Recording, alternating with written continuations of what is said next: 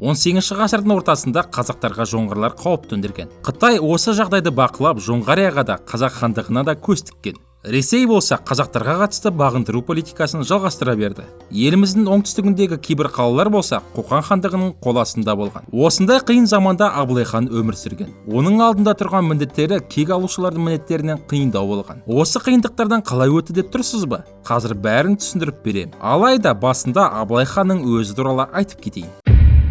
Балалық шағы. Көптеген мәліметтер бойынша Абылай хан 1711 жылы дүниеге келген. Қазақтың барлық хандары секілді ол төре руынан шыққан, яғни Шыңғыс ханның тікелей ұрпағы. Абылай хан балалық кезден бастап жалғызсырап жетім қалған. Сол кезде жоңғар шапқыншылығы аса ауыр болған, ал қазақтардың арасында бөліншілік байқалған. Сол үшін де Абылай хан Сабалақ деген атымен жасырынып жүрген. Сабалақ деген ұсқынсыз, үрпек шашты деген мағынаны білдіреді. Абылай ханның шын есіміне келсек, оның аты Әбілмансұр. Жетім қалған Абылай хан Төле бидің түйесін бағады, кейін бір байдың жылқысын бағады. 15-16 жасынан бастап қарапайым сарбаз болып жоңғарларға қарсы соғысқа қатысады. Абылай хан 20 жасына келген кезде оның бағы жанады.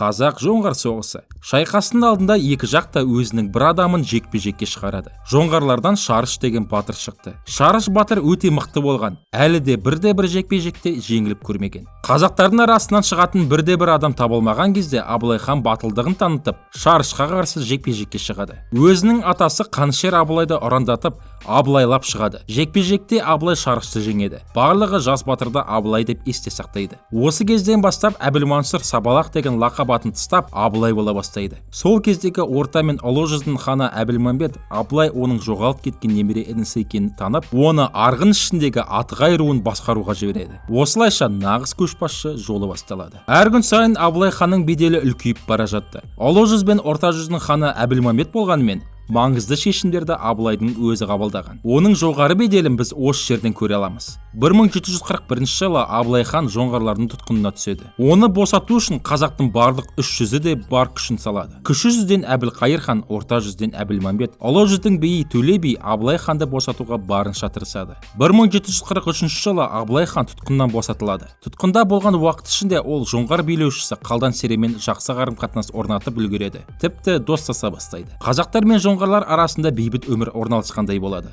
Алайда 1745 жылы кенеттен Қалдан Серен көз жұмады. Жоңғарияның ішінде азаматтық соғыс басталады. Нәтижесінде таққа Лама Дурджи деген билеуші отырады. Лама Дурджины тақтан құлату үшін оның қарсыластары Даваци мен Әмірсана Абылай ханнан көмек сұрайды. Абылай хан Давацины қолдап, біріккен күштің арқасында Лама Дурджины тақтан құлатады. Жоңғария билеушісі Даваци болады. Бірақ Даваци көп тақта отыра алмай, оның орнына Әмірсана келеді. Осылайша Абылай хан Жоңғарияның ішкі саясатына араласып, бірде бір жақты, бірде екінші жақты қолдап, өзінің ежелгі жауын іштей әлсіретеді. Бірақ жоңғарлардың артында Қытай болған. Қытай әлсізденіп қалған Жоңғарияны жаулап алғысы келеді. Жаңа Жоңғария билеушісі Әмірсана Абылай ханнан көмек сұрайды. Абылай хан ойланып жоңғарларға көмектесуге бел буады. Себебі Қытай жоңғарларды жойып жіберсе, келесі оның мақсаты Қазақ хандығы болатынын білген. Бірақ Қытай көздеген мақсатына жетіп, Жоңғарияны жойып жібереді. Бұрын жоңғарлар мекендеген жер босап, сол жерлерді қазақтар, қытайлар мен қырғыздар алғысы келеді. Ол туралы сәл кейінірек.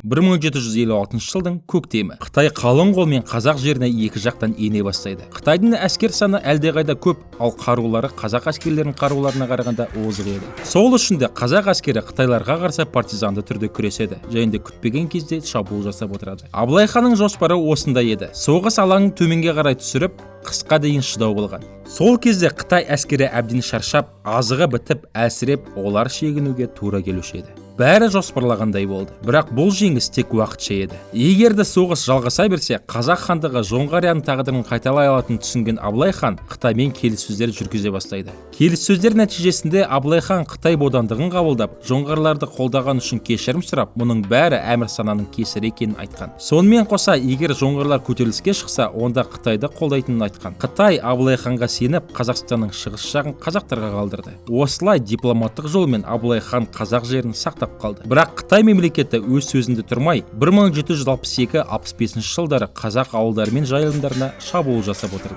Біз осы жерді жоңғарлардан тартып алдық, яғни ол біздің жеріміз деп. Бірақ шабуылдарға қарамастан қазақтар сол жерлерде көшіп қонып жүре берді. Бұның бәрі қайталанбас үшін Абылай хан Қытаймен тағы бір келісім шартқа отырады. Ол бойынша қазақтар жер қолданғаны үшін Қытайға салық төлеп отырған. Осылайша Қазақстанның шығыс жағы қазақтардың қарамағында қалады. Абылай хан бұл жағдайда өзінің даналығын көрсетті. Мықты, иә?